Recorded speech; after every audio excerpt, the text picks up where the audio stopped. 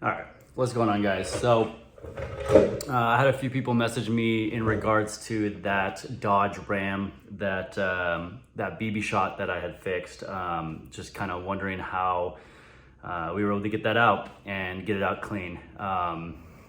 Those are very tricky dents. So you know, when you have a very small area and that deep, the metal is pretty stretched. So luckily, the location actually played a big part in why something like that is fixable, and not only that, but fixable to a high level. So I'll show you guys kind of what I use, or the tips that I used, and kind of the technique that I use personally. Not saying this is the only way, but this is what I use. So all right, so let me show you guys kind of how everything is right here. So 1 second here. All right, so sorry for the glare there. Let's see if I can get a better angle right there. Let's see if I can zoom in. Okay, all right. So this is going to be the shape of the pillar there. Okay, so the dent was actually right about, you know, if you're looking down down from the side. Okay, so one of the biggest things is that because it's a small area, this is actually very strong. It's structurally, it's very tight. The metal is tight. So when you get a stretch dent or something like that, it's actually better. It works in your favor. So it's kind of like if you get one that's close to the door seam, because of that tension there and because of the bond, the metal's tighter. So you're able to kind of get away with a little bit more of stretch versus it being in the middle of the door, where the metal, there's not, you know, there's no tightness being, you know, held. So that helped a lot. So it's not going to work for all those types of dents. Like if it's in the middle of a door, no bracing or anything like that, you're gonna get oil canning and things like that. So anyways, here is sorry man, I'm just trying to adjust this as best I can here. Okay, so all right, so let me show you guys the tips that I used real quick, and then we'll go over how the technique that I used to remove it. So this is a plastic, very blunt, rounded plastic tip. This is one of my favorite tips. And so this is actually how I started it. I didn't want to use soft tip or anything like that because it's just too deep. And it's gonna have too much area to push. It's gonna probably crack paint if it's not really hot. So this is actually what I started with. And you know, the biggest thing, let me go through real quick. So this is what I started with. And then once I was able to kind of soften up the center there and get that up, then I just moved directly to metal tips. So from there I went to like an R6 metal tip with a little bit of tape. And once I broke it down some more, I went to like an R4 metal tip. And then finally, just like a bullet metal tip. This thing's fairly sharp, you know, not the sharpest, but sharp enough to pick out the micro lows. All right, so the way that I started this was, excuse me,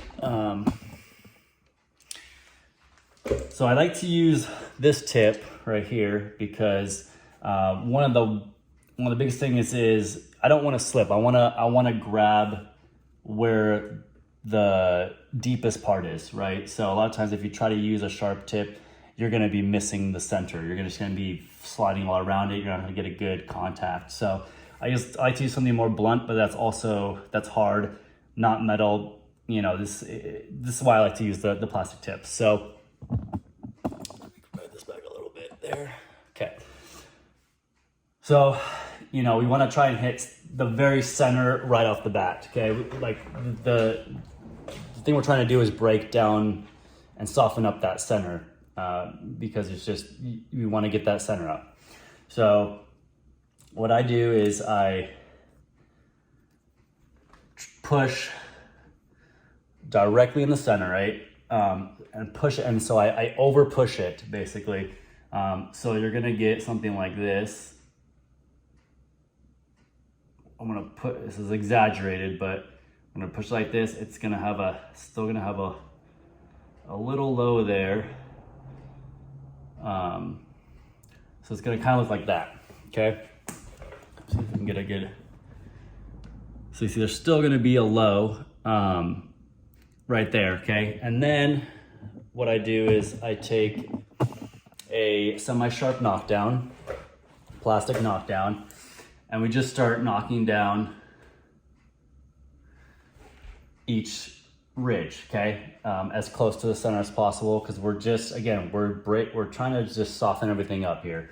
So we're gonna knock it back down and open it up. Just open it up. I'm not gonna go crazy and open it up giant, you know, just huge area, right? We just wanna open it up so it's back to another, so it's low again, okay? So then, you know, when we had the low, it's gonna be a little bit more rounded, okay?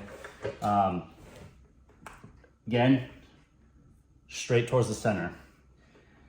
Back to this, okay? So we're gonna push it high again. But this time there's gonna be less of a low in the center, okay? Still over pushing it. And we just, you know, we want to, we're gonna, so I ended up doing this, I would say a handful of times, about 5 times. And then, I mean, it's gonna be a little bit rough, even if you're trying to be very accurate. So that's kind of how I broke down the center. Once it's up, then you can really, you know, taper it down to these metal tips, you know, or, you know, whatever you like. These are the tips that I like, that I prefer. So the key with those is you have to break down that center being that deep. And, you know, luckily because of where it was at, because it holds a lot of pressure, it's you have a little bit more to work with there, because even though that metal was stretched, it's still holding a lot of tightness in that panel. And luckily there was really great access. So that helped a ton. He had another couple ones on the fender and on the bedside, but again, those were not as deep.